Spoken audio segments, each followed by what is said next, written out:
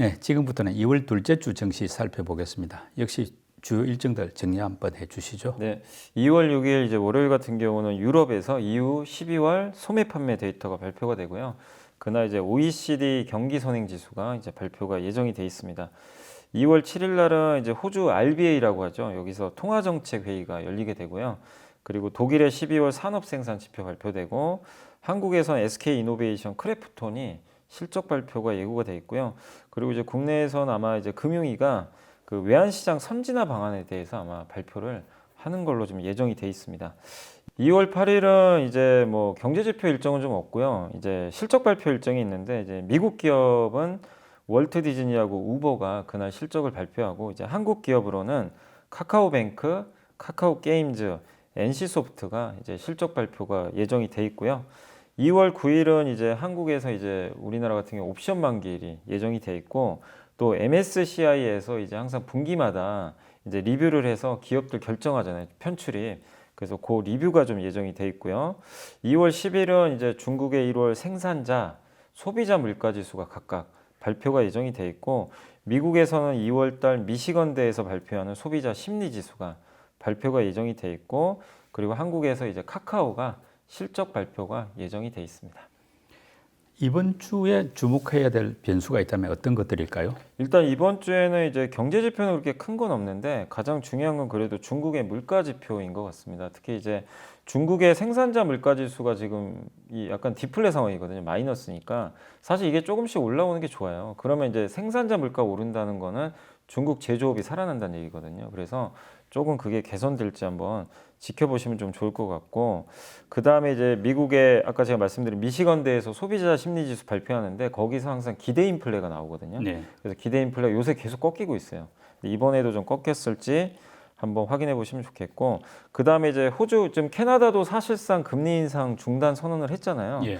근데 호주도 지금 어떨지 모르겠지만 이번에 그 호주 RBA에서 금리 결정을 좀 하거든요. 그래서 아마 이번에 좀 올린다는 얘기는 있겠는데 중요한 건 이제 금리 올리는 기조를 중단을 할지 그거를 한번 우리가 또 체크를 해야 될 것 같습니다.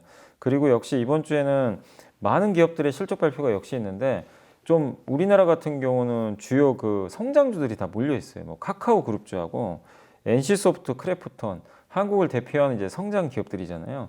이들 기업들이 사실 그 지난주에 네이버는 그래도 좀 괜찮은 실적을 내 가지고 주가 흐름이 좋았는데 이 바톤 터치를 해서 성장주들이 좀 더 좋은 실적을 내서 주가를 이끌어 줄지 이 부분도 한번 체크하시면 좋겠습니다. 지금 보면 미국 10년물 국채 금리가 뭐 3.5에서 지금 다시 이제 3.4, 3.3%대까지 약간 이제 완화되고 네. 있는데 이건 결국은 시중 금리가 떨어지면 성장주들이 조금 유리해지지 않습니까? 네. 그럼 이번 주에도 성장주들한테는 조금 유리한 뭐 조건이 국면이 이어질 수 있다. 이렇게 봐도 될까요? 네, 그러니까 지금 시장에서는 금리 인하를 계속 예상을 하고 있어요. 근데 금리가 그러니까 디스인플레이션 구간에서 금리가 꺾인다면 가장 피해를 받았던 게 뭐죠? 그전 사이클에서 성장주가 정말 다 무너져 버렸잖아요. 예. 그럼 반대로 당연히 이쪽이 좋아질 수밖에 없는 거죠. 그래서 이제 성장주들이 자체적으로 뭐 펀더멘털이 엄청 좋아서 간다기보다는 결국 금리거든요. 예. 금리 금리 꺾여서 가는 게 가장 큰 것 같아요. 근데 지금 미국의 국채 금리가 계속 꺾이고 2년물도 조금씩 꺾이기 시작하더라고요. 그러니까 그런 걸 본다면 국채 금리, 그러니까 기준 금리 인하에 대한 기대감이 계속 살아 있다라면 성장주가 그렇게 쉽게 무너지진 않겠죠. 근데 다만 이제 이 기대감이 갑자기 또 없어져 버리거나 예. 아니면 너무 또 주가들이 올라서 미리 또 너무 반영을 크게 한다면 그때는 좀 소멸되겠지만 아직까지는 좀 그런 정도는 아닌 것 같고 그리고 이제 물가 지수가 이제 발표가 될 거예요. 2월 예. 중순경에 그때 아마 한 번 더 만약에 물가가 우리 예상보다 훨씬 더 낮게 나오면 랠리가 한 번 더 나오겠죠. 아 이건 진짜 꺾이는구나. 그러면 금리가 더 떨어질 거 아니에요. 예. 근데 오히려 그때는 오히려 조금 비중을 줄일 필요는 있지 않을까. 왜냐면 그때쯤 되면 이제 또 흥분해가지고 예. 또 그런 것들을 미리 또 선반영을 하거든요. 그래서 그때가 오히려 좀 조심할 시기지 아직까지는 조금 더 좀 여력은 좀 남아있다. 성장주들에게 네, 이렇게 보고 있습니다. 네. 그 삼성전자 같은 경우는 뭐 4분기 실적이 나빴는데도 뭐 감사는 인위적 감사는 없다 이렇게 밝혔고 또 SK 하이닉스 같은 경우는 4분기가 이제 적자였지 않습니까? 네. 이런 상황인데도 뭐 외국계 증권사 보고서 보면은 뭐 그렇게 나쁘게 평가하는 것 같지는 않더라고요. 아마 네. 업황 바닥에 가까워졌다 이렇게들 보는 건가요? 네, 맞습니다. 이제 왜냐하면 저점 통과하는 거 아니냐. 주식시장이 제일 좋아하는 게 이제 끝이라는 거거든요. 안 네. 좋은 끝이 보이면 올라가요. 기업 실적이 이제 여기가 바닥인 게 보이면 주가는 당연히 올라가게 돼 있거든요. 그래서 실제로 지금 외국계에서 골드만삭스, 뭐 CLSA도 목표 주가를 이번에 다 올렸더라고요. 각각. 그 CLSA에서는 이제 뭐라고 했냐면 삼성전자는 경기 침체에도 동의하지 않고 있다. 그리고 패배 효율성을 높여서 생산 라인의 장비 설계를 조절한다. 그게 무슨 얘기? 자연 감산한다는 얘기죠. 기술적 네, 감산한다. 기술적 감산. 예. 그래서 이런 것들이 단기 생산량에 영향을 분명히 줄 거다. 그러니까 감산이 시작됐다고 외국계도 지금 인정을 하고 있고요.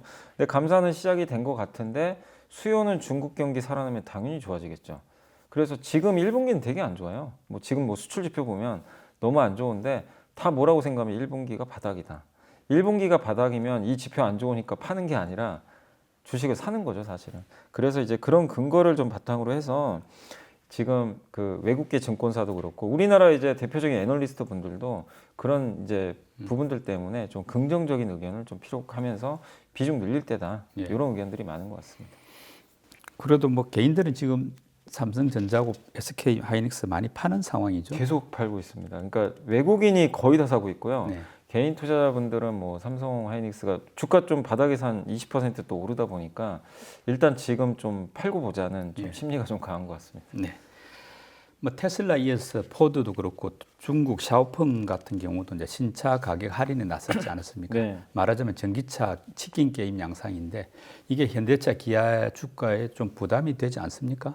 이게 처음엔 부담이 좀 됐었어요. 그래서 이거 뭐 테슬라 또 포드 인하하고 나서 그때 글로벌 막 자동차에서 주가도 막 급락을 하고 현대 기아도 좀 안 좋았는데 어쨌든 이게 좋은 뉴스는 당연히 아니겠죠. 왜냐하면 이게 결국엔 전기차마저도 지금 시장도 제대로 안 열렸는데 벌써부터 치킨 게임을 한다고 하니 이게 돈 벌긴 더 어려워질 수도 있잖아요. 그래서 좀 걱정들을 했는데 근데 일단 주가가 그 후로는 오히려 좀 진정이 되면서 약간 반등 나왔고 테슬라도 주가 많이 올라갔잖아요. 그 이유는 일단 가격을 낮췄는데 잘 팔려요. 가격 낮췄는데 안 팔리면 이건 정말 최악인데 일단 팔리기 시작합니다. 그래서 이번에 1월달 판매 데이터를 봤더니 테슬라가 미국의 점유율이 5%가 넘어갔어요.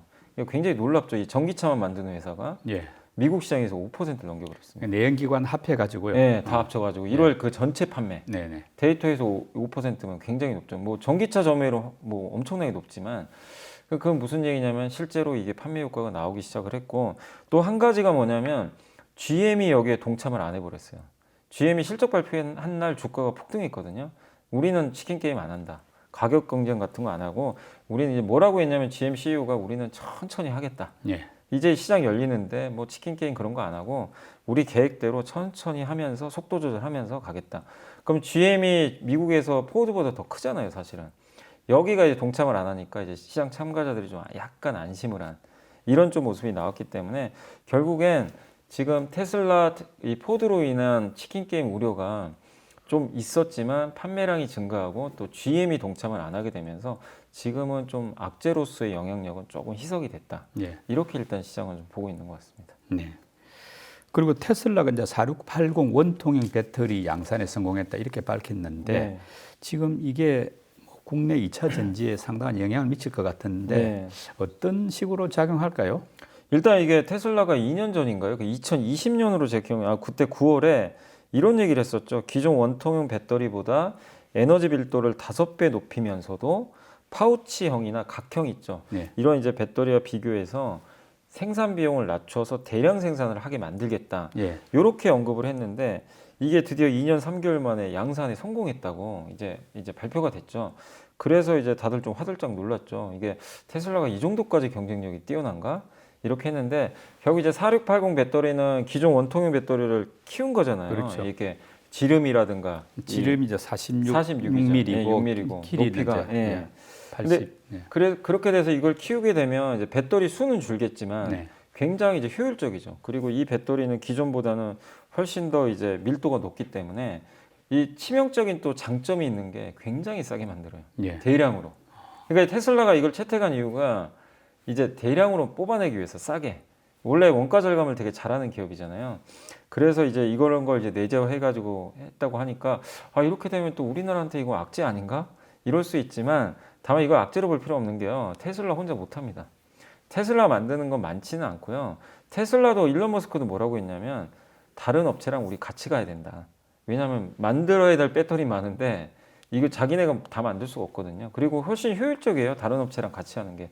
그래서 아마 지금 LG도 하고 있고 파나소닉도 하고 있거든요. 그래서 이쪽으로 아마 같이 가는 그림이니까 원통형 배터리 개발 양산에 성공한 기업들한테 저는 굉장한 좀 호재가 되는 그런 사건이 나왔고, 삼성 SDI도 이번에 그 실적 발표에서 46파이라는 그 배터리를 발표를 했어요. 뭐냐면 46은 이제 지름은 46인데 네. 이 뒤에가 파이로 되어 있는 건 뭐냐면 아직 이게 규격이 결정이 안 된 것 같아요. 네. 높이를 얼마로 할 거냐. 예. 비슷하겠죠. 예. 근데 어쨌든 삼성 SDI가 아마 이번에 GM에 또 납품하는 거 아니냐. 왜냐하면 GM CEO가 원통형 배터리 채택도 검토한다는 발언을 했나 봐요. 예. 그럼 이제 LG랑 얼마 전에 뭐 하다가 안 돼 버렸잖아요. 네. 그러면 이거 삼성이 하는 거 아닌가 이런 얘기도 나오는 것 같습니다. 그래서 원통형 배터리 시장은 커질 수밖에 없는. 그래서 여기 밸류 체인들이 그 지난주에 주가가 이런 이유들 때문에 상당히 좀 많이 올랐습니다. 저 1월에 로봇주가 급등하면서 이제 PR들이 꽤 높아졌지 않습니까? 네네. 근데 신규 투자 생각하는 분들도 계실 텐데 지금 어떤 타이밍 언제가 좋을까요? 지금 너무 오른 것 같아가지고. 이게 싸진 않아요. 주가들이 엄청나게 올라갔고, 다만 저는 기회는 또 온다고 생각해요. 어느 산업이든 간에 우리 2차 전지도 지난 3년간 올랐지만 계속 올랐나요? 중간중간에 엄청난 폭락들이 한번 왔었거든요. 이유는 되게 많아요. 뭐 아시겠죠? 배터리 내재화 뭐 이런 얘기도 있었고, 뭐 전고체 배터리. 근데 그럴 때가 기회였잖아요, 사실은. 예. 어느 산업이나 다 똑같아요. 예. 그리고 주가들이 이렇게 많이 올랐을 때는 내가 아무리 좋은 기업도 주식을 밸류에이션이 비쌀 때 사면 수익 내기는 되게 어렵고, 조금만 흔들려도 손절을 하게 돼 있습니다. 수익 내기가 이제 불가능해지죠. 네, 그렇기 때문에 지금은 좀 참으셨으면 좋겠고, 다만 저도 언제쯤 타이밍이 올지 모르겠어요. 좀 기다려 보셔야 되는 게, 일단 어쨌든 이게 상대평가니까 그 주식시장이라는 건요, 로봇주만 가지가 않아요. 갑자기 더 좋아 보이는 섹터가 나면 그쪽으로 돈이 몰려서 로봇주를 팔아버릴 수도 있어요. 그래서 2, 3월에 중국 정책 기대감으로 아마 중국 정체 수혜주들이 한번 움직일 수 있거든요. 왜냐하면 3월에 양이 걸리니까. 그러면 로봇주가 1월이 좋았잖아요. 약간 슬로우해질 수도 있어요. 2, 3월에는. 그런 걸 이용해서 한번 하시면 좋겠고, 그리고 반드시 투자를 하실 때 고객사가 좀 큰 회사인지, 네. 확실한지, 수출 잘하고 있는지, 그리고 돈은 벌 수 있는 기업인지, 그리고 제일 지금 유망한 로봇 산업이 협동 로봇이잖아요. 네. 그쪽에 좀 비중이 높은지, 이런 거 좀 검증을 하셔가지고 하셔야지. 사실 무늬만 로봇주도 있을 수 있거든요. 그래서 그런 걸 좀 주의하셔서 옥석 가리기는 좀 미리 해놓으셔야 될 것 같습니다. 네. 지금 뭐 실적 장세가 사실상 이제 끝이 난 셈이고, 또 2월 FOMC도 이제 완료가 됐으니까 지금 시기가 약간 뭐랄까 좀 애매한 시점이라고 할 수 있는데, 뭐 또 상대적으로 성장주들이 좀 나은 시기지 않습니까? 네. 이런 상황에서 조금 주목해 볼 만한 뭐 업종 분야가 있다면 어떤 쪽일까요? 저는 이제 몇 가지 이렇게 좀 나누어서 보시면 좋을 것 같아요. 그러니까 첫 번째는 뭐냐면 좀 계속 뭐 구조적으로 좋아질 것들 있잖아요. 올해만 좋은 게 아니라 뭐 계속 우리 인류가 계속 써야 되는 뭐 그런 거라든가, 요새 제일 화두가 인공지능 로봇 같은 거잖아요. 예. 이제 그런 구조적인 것들 중에서 너무 올랐기 때문에 우리가 그쪽을 투자할 수는 없어요, 지금은. 네. 근데 예를 들면 챗 GPT도 마찬가지지만 그거 하려면 반도체 필요하잖아요. 네. 근데 반도체도 그냥 반도체가 아니라 정말 고성능 반도체. 그걸 하려면 반도체 장비도 필요하고, 당연히 후궁정 이렇게 패키징이라고 하죠. 조립하고 이런 기술들이 반드시 필요하거든요. 그러니까 그 안에서 이 반도체에서 좀 그런 기술 산업에 좀 영향을 받을 수 있는 소부장 기업들, 네. 이건 계속 구조적으로 좋을 수 있잖아요. 업황과 상관없이. 이런 것들도 저는 괜찮다고 보고, 아까 말씀드렸지만 지금 그 원통형 배터리가 이제 갑자기 대세가 되고 있잖아요. 예. 근데 작년까지 아마 여러분도 아시겠지만 제일 2차 전지 섹터 내에서 밸류 체인 중에서 제일 주가가 부진했던 데가 어디냐면 삼성 쪽이에요. 왜냐면 삼성은 아시겠지만 소국 쪽에 되게 투자가, 예. 고객사도 좀 적은 편이고, 그 미국에서도 증설도 다른 회사보다 좀 작잖아요. 그렇죠. 스텔란티스 네, 하나 정도. 맞아요. 예. 그러니까 이제 여기가 밸류 체인으로 봤을 때는 투자 매력이 좀 떨어지는 거죠. 뭐 LG는 엄청 투자를 하는데, 근데 지금은 이제 좀 저는 오히려 그게 기회가 아닌가. 왜냐하면 삼성 SDI는 원통형도 하고요. 거기다가 지난주였죠. 그 포스코 케미칼이 예. 40조 원짜리 공급 공급 계약을 계약 맺었잖아요. 맺었죠. 그게 어디입니까? 삼성 SDI. 그게 전기차 분량으로 물론 이제 10년치니까 나눠야 되겠지만 한 700만 대 정도 되는 것 같더라고요. 이게 네. 계산을 해보면 10년 동안. 이제 삼성도 뭐냐면 공격적으로 이거 투자하는 거 아닌가? 그 설비 공급을 보니까 예. 그럼 삼성 밸류체인도 우리가 좀 볼 때가 아닌가? 근데 상대적으로 주가가 또 못 올랐거든요. 예. 그래서 이런 쪽도 우리가 생각을 해봤을 땐 구조적이잖아요, 사실은. 예. 예, 그래서 이쪽도 한번 좀 보실 필요가 있지 않나. 그래서 요거는 이제 제가 봤을 때 한 두 가지 정도 구조적인 예. 측면 말씀드렸고, 그리고 이제 약간 또 한 가지 측면은 지금 달러가 굉장히 약하잖아요. 예. 달러 약세에서 뭐 강세로 갈 수 있지만 일시적으로 약세 기조가 계속 이어지는데 그 수혜주들도 한번 다시 봐보자. 네. 가장 대표적인 게 그 항공사들. 네. 특히 그 중에서도 이 대형 항공사 말고요. 거긴 돈 많이 벌었잖아요. 저비용 예, 항공사? 저비용. 예. 저비용이 정말 직격탄 맞았잖아요. 지난 네. 몇 년간. 근데 요새 다 어디 가십니까? 다 일본 가고 동남아. 거기는 저비용이 꽉 잡고 있거든요.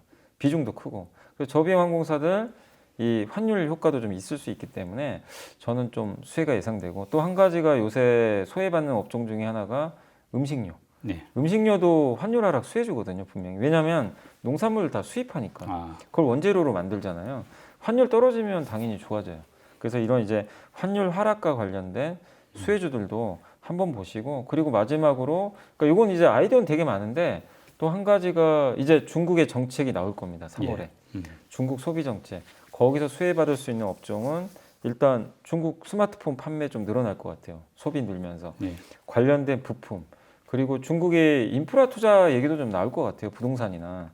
그럼 중국 부동산 하면 어딜 봐야 되냐면 철강. 네. 이런 쪽이죠. 그래서 이게 몇 가지 그냥 아이디어를 선택을 해서 그 업종을 좀 뽑아본 건데 한번 여러분들도 이게 정답이라는 게 아니라 이런 것들로 좀 한번 세분을 하셔서 고민해 보시면 조금 그런 기업들이 나오지 않을까 이렇게 좀 말씀드리겠습니다.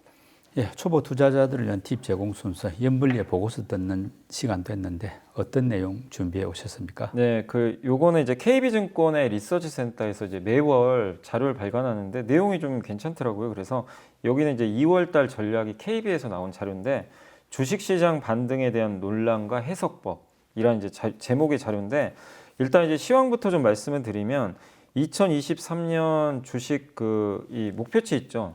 목표를 2,800포인트로 좀 상향 조정을 좀 했다고 합니다. 그래서 2월 달 주식 비중도 좀 확대하는 걸로 제시를 좀 해줬고요. 여기서 이제 보는 건 뭐냐면 이제 약세장 마무리 국면이 넘어가는 것 같다. 이제 거의 약세장 좀 끝물 아니냐. 이렇게 좀 보고 있다고 좀 보시면 좋을 것 같고 그렇게 이제 해석하는 이유 중에 하나는 21년 하반기부터 인플레가 시작이 됐잖아요. 그 인플레 때문에 사실은 이제 금리가 너무 세게 올랐죠. 그래서 작년도에 시장이 너무 많이 빠졌잖아요. 그러니까 인플레가 너무 발생해서 금리가 세게 오르면서 주가 급락했는데 이게 올해는 지금 바뀌고 있잖아요. 이 변수가. 그러면 이제 작년과 올해는 좀 다르다는 거죠. 그래서 지금은 약세장 후반부 정도로 좀 보시고 아니면 거의 마무리 단계로 보고 주식 비중을 좀 늘려야 된다. 근데 KB증권은 올해 여름 정도에는 이게 진짜로 맞을지 모르지만 KB증권에서는 지금 예측한 걸로는 한 2%대까지 떨어질 것 같아요. 물가 상승률이. 아. 그러면 이제 연준이 얘기한 건 2% 가면 금리 인하 할 수도 있거든요, 진짜. 그래서 여러분들이 한번 진짜 5월이나 6월에 물가가 미국이 어디까지 한번 떨어지는지도 한번 좀 흥미롭게 지켜보시면 좋겠고, 요거 이제 시황 관련된 거고, 업종으로는 이제 뭘 좀 언급을 좀 해줬냐면은 일단 배터리 쪽과 관련해 가지고 아까도 제가 물어보셨지만 지금 막 치킨 게임 한다 그러잖아요. 치킨 게임을 하지만 그걸 나쁘게 보지 말자. 왜냐하면 전기차 대중화가 그만큼 빨라진다. 2차 전지 쪽에서 오히려 좋을 수도 있다. 이게 왜냐하면 더 많은 차들이 팔리게 되면 공급이 늘어나니까 오히려 긍정적일 수 있다. 그리고 중국의 투자 모멘텀이 분명히 나올 거다. 이제 양해가 열리니까. 그러니까 이 부분도 많은 애널리스트들이 좀 공통적으로 보고 있는 것 같더라고요. 그래서 거기 관련된 소재, 뭐 아니면 산업재 이런 섹터 좀 꼽아주셨고 마지막으로 이제 우리가 주목해야 될 포인트 세 가지를 좀 적어줬는데 첫 번째가 한국 주식시장 디스카운트 해소를 위한 정부 움직임이 시작이 됐다. 뭐냐면 외국인 투자자 등록제 이제 폐지한다 그러잖아요. 예. 그리고 얼마 전에 한국거래소 이사장 인터뷰를 했는데 우리나라 배당 제도가 이제 내년부터 바뀝니다. 네. 뭐냐면 이제 여러분들이 배당을 알기 전에 미리 사는 게 아니라 배당금을 보고 투자하는 거예요. 그러니까 이거는 이제 한국의 디스카운트를 이제 할인율을 낮춰주는 요소죠. 예. 그래서 MSCI 선진지수 편입도 가능하거든요. 그래서 이런 부분들 굉장히 긍정적이고 두 번째가 레인보우 로보틱스 유상증자를 삼성이 했잖아요. 예. 참여했잖아요. 거기에. 근데 그거 관련해서 그 다음 어디다 투자할 거냐? 삼성이 여기만 할까? 그래서 꼽아주는 게 아까 잠깐 언급드렸지만 후공정, 네. 그 패키징 하는 거 있잖아요. 반도체를 조립하고 포장하고 검사하는. 이쪽에 근데 실제로 미국이 예산을 좀 배정을 많이 해놨대요. 실제 후공정. 근데 그 후공정 중에서도 첨단 반도체 후공정 이쪽으로 많이 좀 해놨고, 그리고 마지막으로 이제 거기 관련된 기업들은 한미 반도체, 두산테스나 네페스를 직접 거기 보고서에 좀 적어놨습니다. 그리고 세 번째가 2월이나 3월 중에 아마 3월에 발표할 것 같아요. 유럽에서 핵심 원자재법을 아마 발표를 할 겁니다. 그 CRMA 네, CRMA 맞습니다.